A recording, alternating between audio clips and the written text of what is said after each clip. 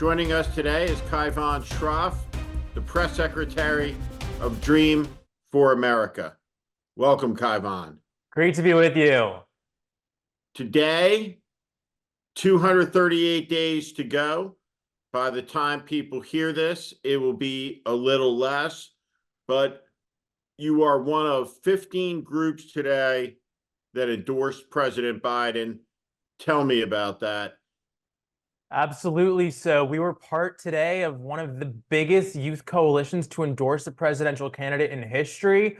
And we're proud to do so because of the wins that Biden has under his belt. I know there's been a lot of conversation about the president's age, but as he laid out at the State of the Union, it's about ideas, new ideas that move us forward. And that's exactly what he's done. He's, from gun violence to climate change to student loan forgiveness, we can get into it all, but he's shown up for young voters. Your group aims to be oppositional to Turning Points USA, which is the Charlie Kirk-led group. Absolutely. So basically, and we look at sort of the school board races as a model for why we feel the need to compete here, because as I'm sure you're well aware, I think Democrats sort of had their head in the sand on some of those local races for really decades, and then one day woke up and wondered why.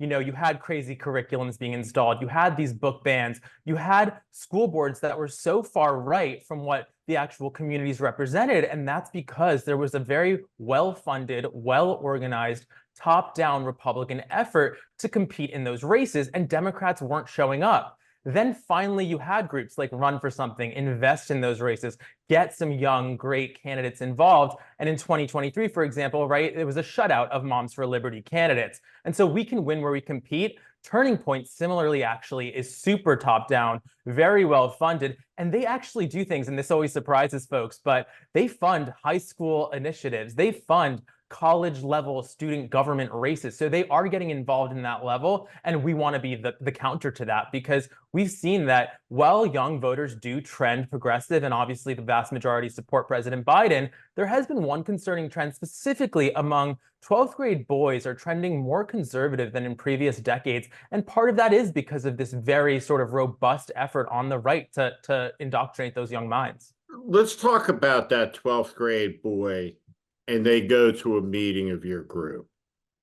And there's an occasion where everyone kind of introduces themselves. And the 12th grade boy who goes to the meeting doesn't want to do his pronouns.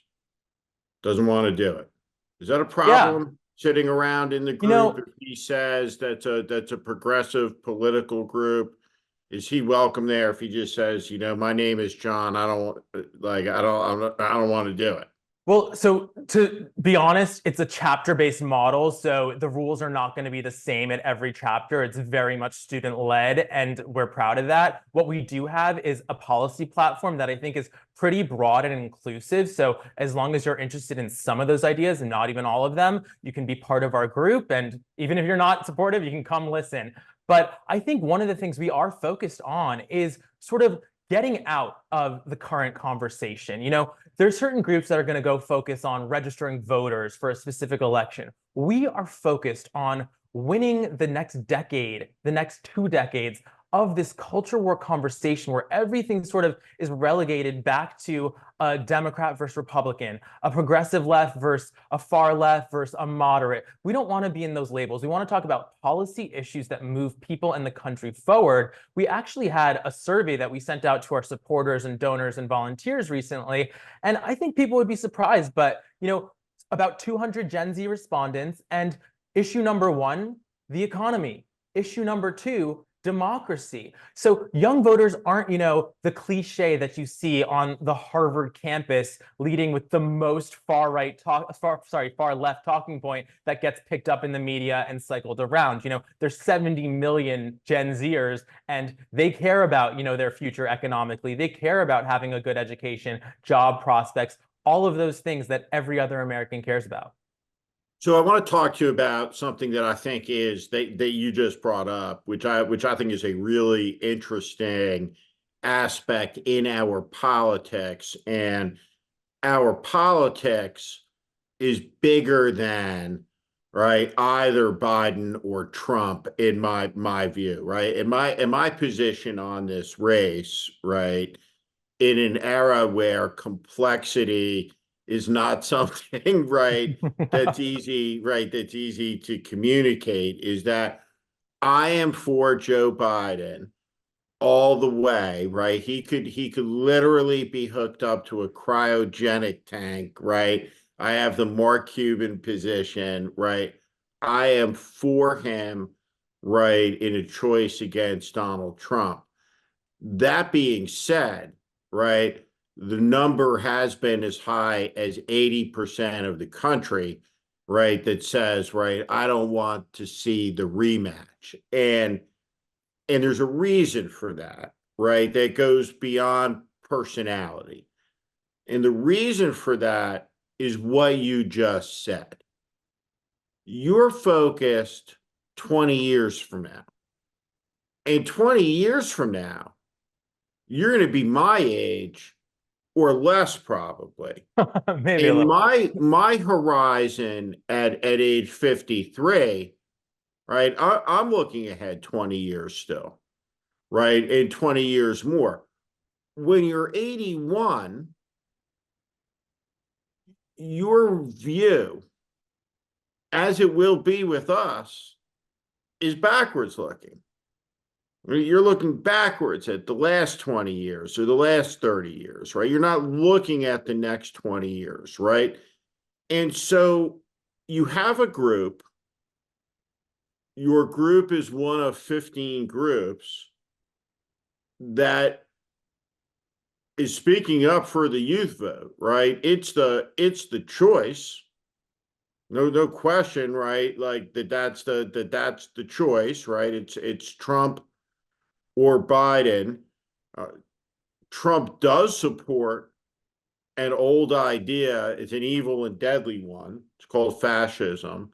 Put that aside for a second. As a young person, I have a 20-year-old daughter, 20-year-old stepson.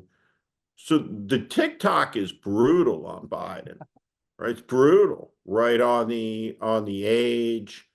Um, it's tough to get oriented to what's real, to what's true. A lot of people look at Trump, right? He's just like another big celebrity, right? He's another big influencer, right? He's the politics version of whomever you want to name. Talk to me about how you see politics, right? Is it right? Because Biden's going to be gone for a long time, 20 years from now, right? And you're still going to be involved in this, right? You're still going to be fighting for issues.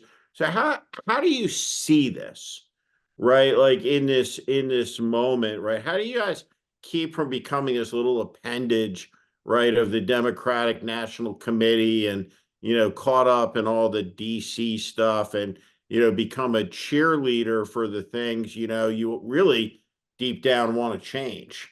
Well, I will say that compared to some of the other Gen Z groups, we are pretty aligned on policy with the Biden administration because, again, our goal is progress in that traditional definition of the word progress, which is achieving that next step forward. So we're not really calling for impossible radical change that we then want to use to sort of throw up the whole board game and say, all right, well, I'm not going to vote for anyone because I don't like this system that we're in that we all have to suffer the consequences of either way. You talk about TikTok, and I think it's really interesting because, first of all, I don't think we should be banning TikTok. I think there's many other solutions that are more productive, and certainly our generation has used that to build community online and get results offline. But what I will say is that the conversation around so much of politics, including social media and TikTok, the framing against young voters is just so unnecessary. And I take TikTok as one example because, What do you mean by that? yeah, I'll give you an example.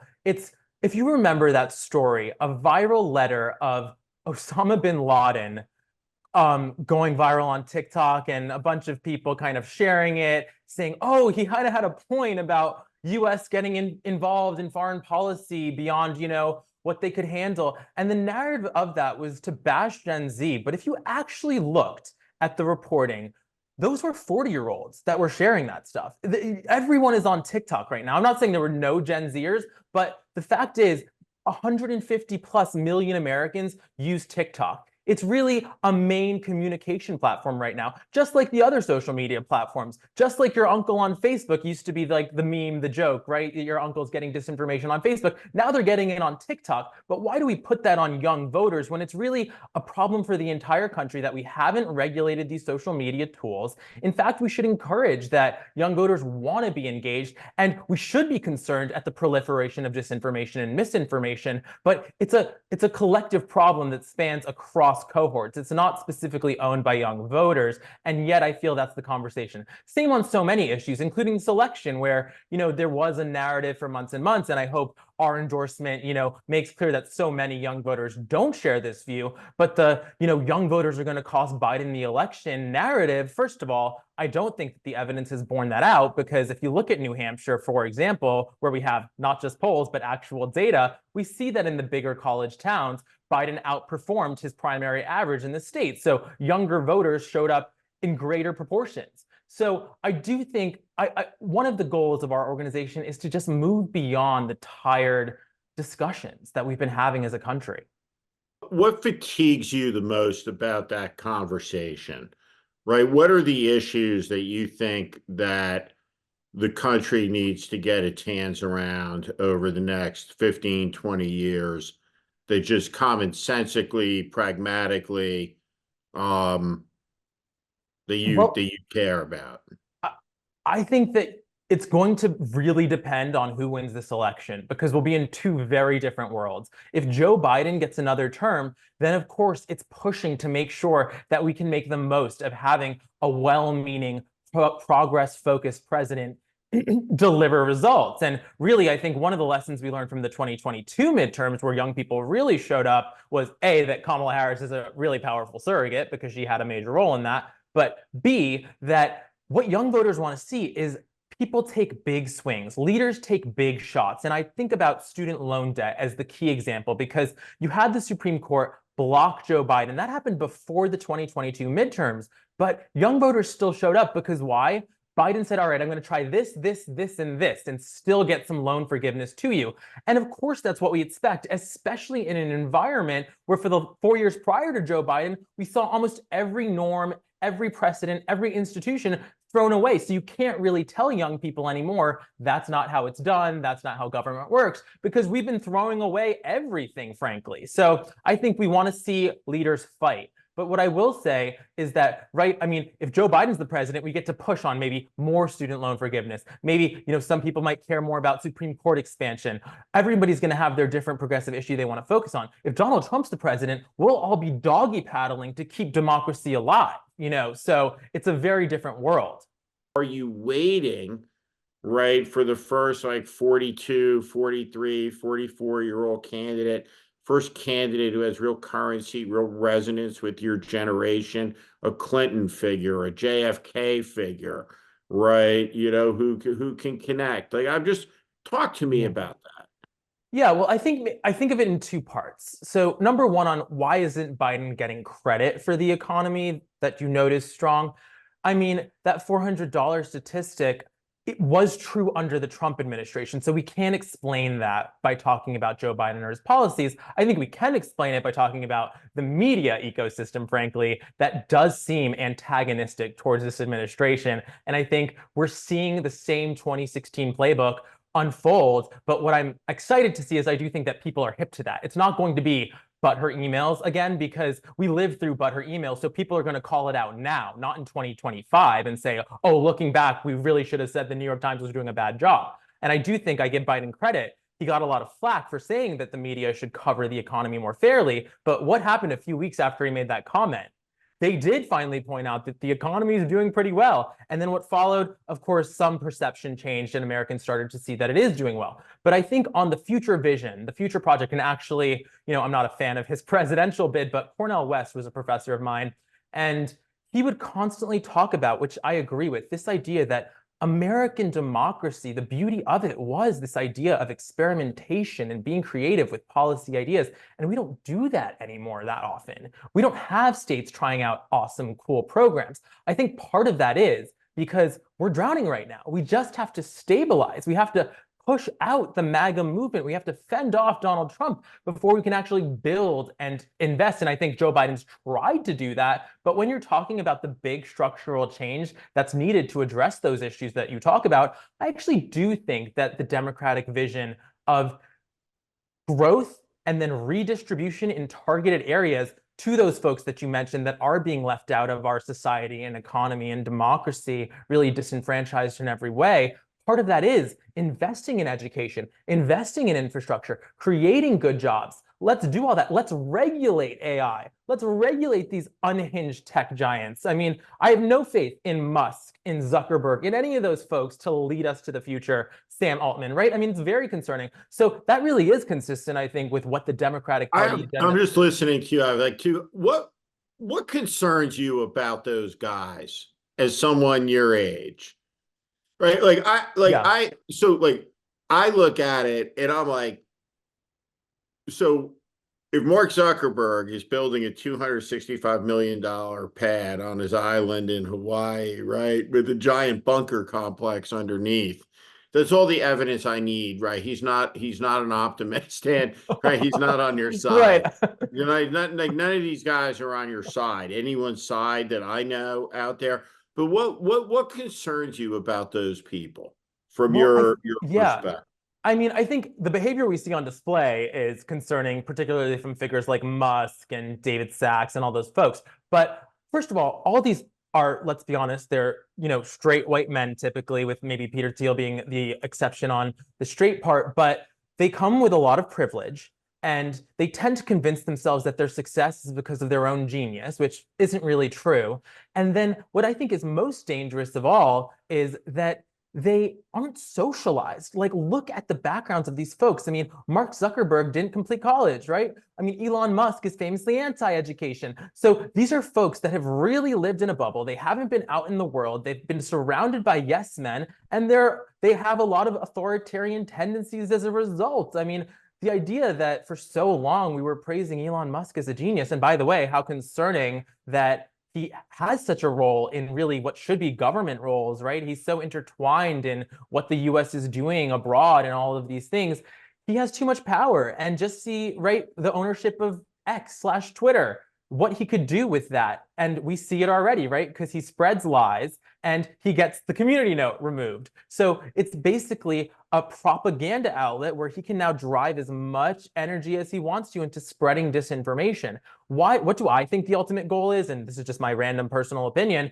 I think that if you're super rich, of course you want chaos, because without the government, without regulation, without any other entity, all it is cash and resources, right? And then they can all have their fiefdoms and the richest guy wins in that scenario. That's the truth, right? I mean, when you get out of fact checking, there's no more truth. When we're post-truth, that's what Elon Musk wants, right? To be post-truth. He wants no government. Why? All of these things so he can go unchecked, and it's just about who has the money in the bank and the power. And then you add that these are morally bankrupt people. So it's not like they're going to be benevolent dictators. When you look at the youth vote inside the progressive movement today, let's talk about Israel and Hamas. How big an issue for Biden? Yeah, so I will say, I think that has been overstated, the effect that young voters are defecting. Certainly some of the loudest voices, maybe, particularly in places like New York and California or Ivy League campuses, are expressing a viewpoint that I don't think the majority of young voters agree with. And I do think we talked about earlier the toll that disinformation does take. So I wrote months ago that the Biden campaign needed to get on TikTok to push back against that disinformation. And I'm glad to see that they did that, because we have to compete on every platform that is putting out that type of content and just correct the record simply. I do think he was powerful at the State of the Union. I think he showed empathy for, he called out 30,000 lives lost. He explained his red lines. He showed that if you thought he wasn't invested in the situation, empathetic. I think he did convey that to some folks. He's not going to win over everyone on the issue, but look at the turnout in these primary races. I mean, I do think even in 2023, right? They said Hamas-Israel conflict is going to be doom and gloom for Biden in the, that cycle of elections. The attack occurred in October. The backlash came swiftly after. The elections were in November, and young voters showed up. They showed up in Ohio to protect abortion. We're seeing over and over that young voters, and I think this is both young voters and progressive voters tend to share this maybe a little bit, are less obsessed with the candidate, the name. We're not the cult of Joe Biden. I don't think that Joe Biden has no fans, like Chuck Todd once said. I consider myself a Joe Biden fan, but it's not the cult of Joe Biden. It's about the policies that we can move forward. And so to some extent, are young voters really going to sacrifice their future over one issue, no matter how strongly they feel? I don't buy it. I really don't buy it. And I don't think we've seen it because we haven't seen it in that primary example I gave you, and we haven't seen it in 2023. So the data that we have doesn't seem to reflect that. Why do you think Trump has such endurance? Yeah, I think a lot of people, one person I really think is insightful on Trump and sort of just right-wing populism is Eric Hoffer, who wrote True Believer. I don't know if you're familiar with it, but basically he explores populism and this idea down to the MAGA hat that people who are abject failures in their lives, maybe not to their own blame, but they want to get rid of their self-identity and engage in this mass identity, this group identity, and importantly, that leader, that cult leader of that group identity, that they see as their last hope, their last chance on earth to make it, to succeed, to get out of their rut. And I do think a lot of folks are in that cycle. And sorry, no, I was just going to bring up the example of J.D. Vance and sort of how absurd it was that the book of 2016 was Hillbilly Elegy. This is a guy that went to, Yale Law School and got all these government programs to support him. I mean, he wouldn't be anywhere without the programs that he bashes to this day. And to see that suddenly you flip that and it's like you look at his family history, the choices they've made, right? I mean, bad decision after bad decision, abusive, men in the family, alcoholism, all these things. And it's not to put blame, but it's to say, okay, the democratic solution is let's invest, let's cure this, let's, give people the help they need. And their solution in those communities, in part again to disinformation, because it's not unique to young voters, is to spread hate and blame and want to, totally absolve themselves of any part in their own predicament. And that's a hard situation to communicate somebody out of. When I hear you say that, and I want to come back, I don't think you mean this. Maybe you do. What number do you want to give the Trump vote in the country? Is it 74 million? Is that in the last election? Sure. Yeah, So we when can he start came there. in, 74 million. I don't think you're classifying all 74 million people as losers, No. right? I think we agree, right, that this is a noxious, toxic, fascistic philosophy. 8 years on, if the election were, right, tomorrow, a week ago, right, it could be a different matter now. It's a fluid situation, right? We're not walking to the gallows yet as a country politically. But if the election were tomorrow, a week ago, Trump would have won that election. Maybe if you're buying the polls. I buy the polls. Okay, fair All enough. right. Why? Yeah, well, so What is the appeal, right? In your view, right? You weren't around, right, when I was your age, right? But I can assure you, like when I was, no one like Trump could conceivably be where Trump is today. But obviously, looking back, we were headed there. And I think that this is the most under discussed question right, that should be talked more about, right? Which is like if it's a two-team football league, we're losing to the New York Jets because like what's wrong? Like what's wrong? What's the why 4 years after January 6th, right? When you think about young people, you think about the people you've gone to school with, like why has this not been snuffed out yet? What's the deficit? Well, I will say, to qualify my statement, I'm not going to retract how I describe Trump voters, but I do feel like what I'm talking about in that example is the MAGA core, right? Those extreme group. That's not the 74 million people that voted for Trump. That's a loud group that gets a lot of attention, and they do have an impact in our politics, and it does seem like they're driving the agenda on the right for sure. But that is the point, right? Let's talk about those other tens of millions of voters who wouldn't identify with that caricature I described and still are willing to vote for a rapist who hates the country and caused an insurrection, has no respect for our constitution and democracy. I think there's a number of reasons. Whiteness and money. I do feel that that is true. I think there's a lot of people that see demographic change in the country and feel threatened by that and feel that they want to vote against that. What And by is the your way, message, though? What is your political I message to the don't think that's a good white message. guy who's 52 in Michigan?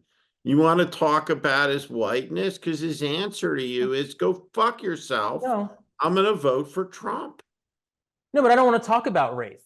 I just want to say, don't be like, if all of the things that you say bother you about Trump really bother you, then you wouldn't be voting for him. So why are you voting for him? It's because none of the things laid out on the table are a deal breaker. So either you view yourself as part of the in-group that Trump will protect, which is white, male, Christian, right? That's one possibility. Or you just care about your money and you think he's going to help you make money, which, by the way, when the American economy shuts down because an incompetent leader allows a global pandemic to fester far beyond what it needed to, that's not good for anyone's pocketbook. So I think we need to communicate that way. I don't want to get caught up in the race stuff, but by the way, the reality is there's 100 million voters that didn't vote in 2016. So it's not only one small group of people that we should be campaigning for and orienting our messaging to. And due respect to the Lincoln Project and the Never Trumpers, because they absolutely have won over some hearts and minds. But I do feel a little, and this could be my maybe I'll disclaim bratty perspective, but it is a little bit like you just showed up to the party and now you want to tell everyone what to do. It's a little bit interesting. It's kind of like, okay, like, welcome. We'd love to have you be part of the pro-democracy coalition, like grab a seat in the back. A little bit, because it's like the number of folks that are constantly tweeting out, Bill Kristol's one great example, right? What Democrats need to do. It's like Democrats won the last election. Democrats keep winning. Democrats have a broad coalition across a diverse set of constituencies. So we I can't would aim all of say, our messaging at, moderate to former Republican white dudes. Like, because I think that gets to also the conversation right you around Vice you've President Harris. you've raised up. That was the sixth time that we've been talking where you've said white guys. And the Democratic Party is losing because it is alienated broad swaths for whatever reason. I can't figure it out, of like white working class America that feels like the party doesn't see them, doesn't get them, doesn't understand them. And I think that's beyond dispute. But there's two kind of aspects about politics. And you talked about Bill Kristol. I think the Lincoln Project as it exists today, there's an old saying, right? All causes become a business, become a racket, right? And that's what the Lincoln Project is, right? Today it's a small dollar grift. In 2020, it was $100 million organization that did a couple $1 billion of impact in the race by making the race about Donald Trump. And the thing to understand about the campaign is whomever the race is about is the person who's going to lose. And Biden's fundamental problem has been that the race thus far has been made about him and his competence by Trump, the most incompetent president in American history. And so, for example, what Trump has been successful at for a lot of reasons, right, is the ability to go out and to say, this was the most disrespectful State of the Union in all of American history. Partisan Joe Biden. You're like, wait a second.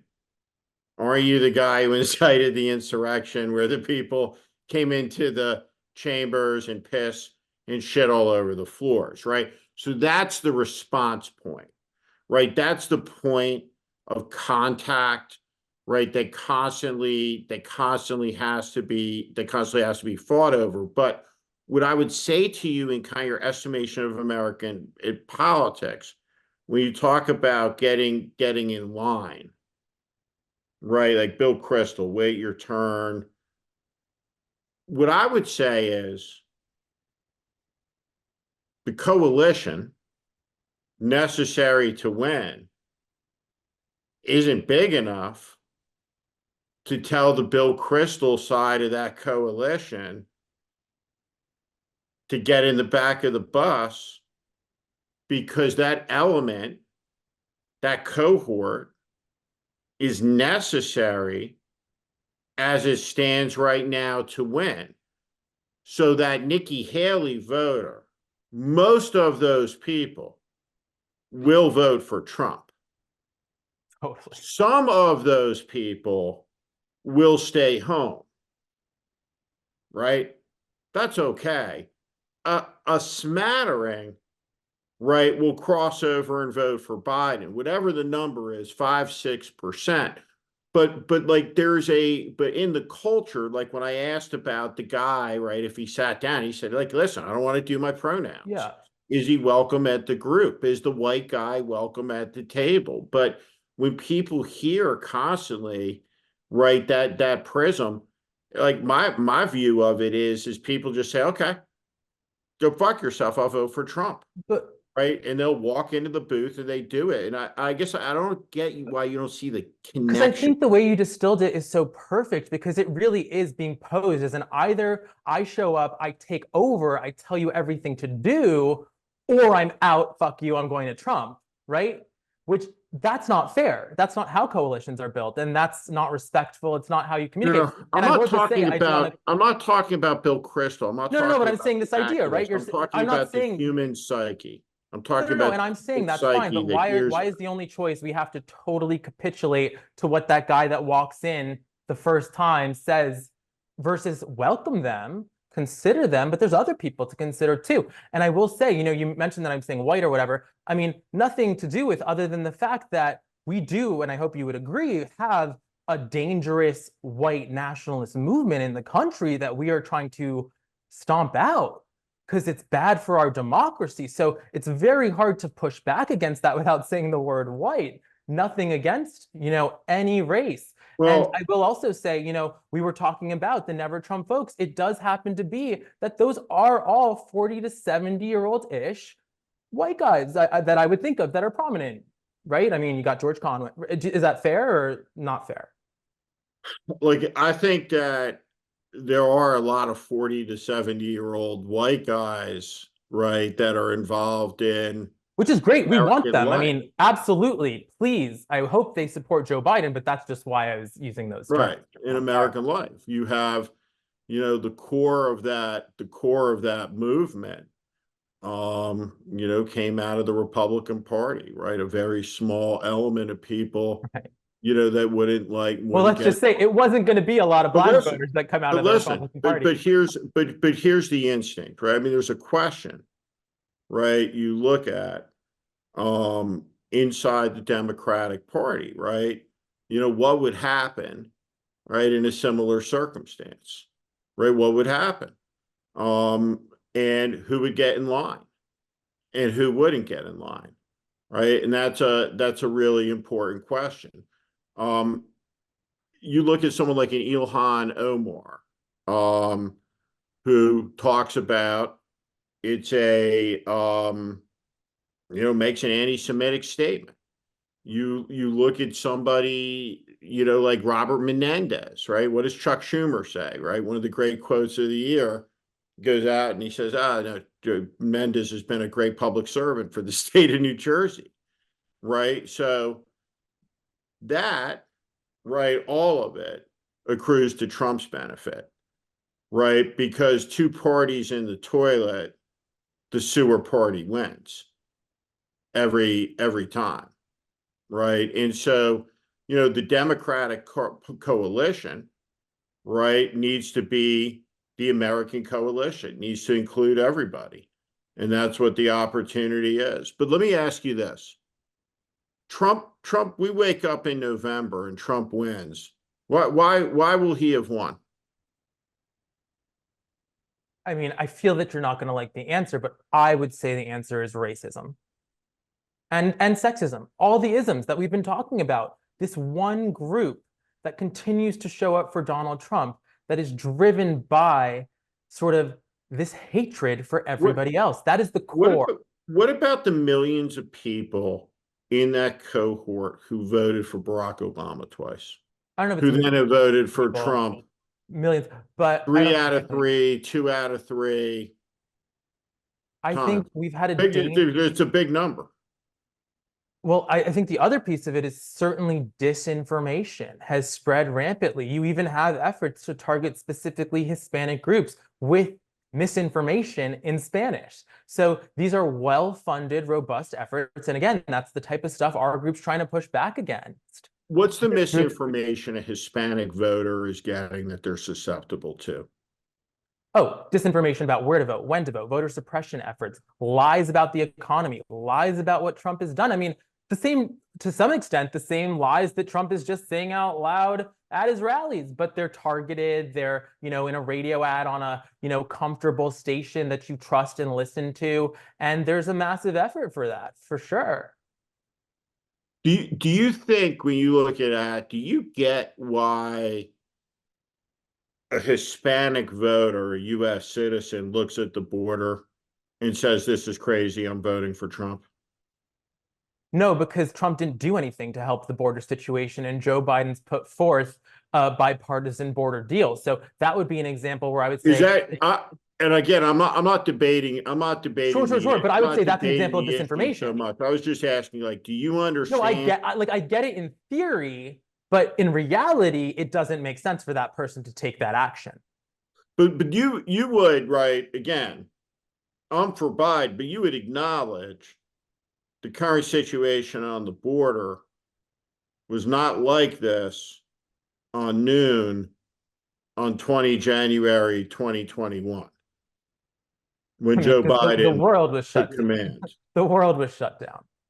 Well, I completely I mean, understand. I don't know how to answer that because we're not comparing like to like. What's the number that you would agree that have come into the country illegally, just as a matter of fact? The numbers between 3 to 8 million.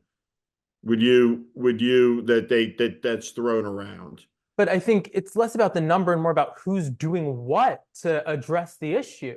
Joe Biden's had more deportations than Trump. Right? I mean, so what does the number matter? I understand. A problem. I acknowledge it's a problem. Joe Biden acknowledges it's a problem. I think everyone acknowledges it's a problem. So who's doing something about it and trying to do it in a humane, compassionate way? Only one party. Do you think that could be the issue when you look at the issues, right? That this is the issue that you most worry. Like for me, it's the issue that I'm most worried about. Why? As being one that could take Biden out in this election. This is and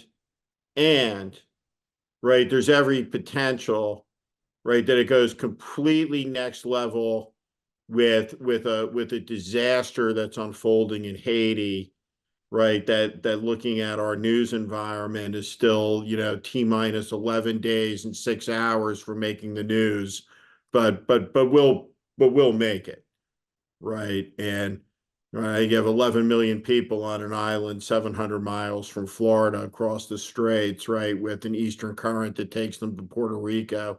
So, right, that's coming down the pike. But is there an issue that makes you particularly acutely worried about, like, anxious in this election cycle?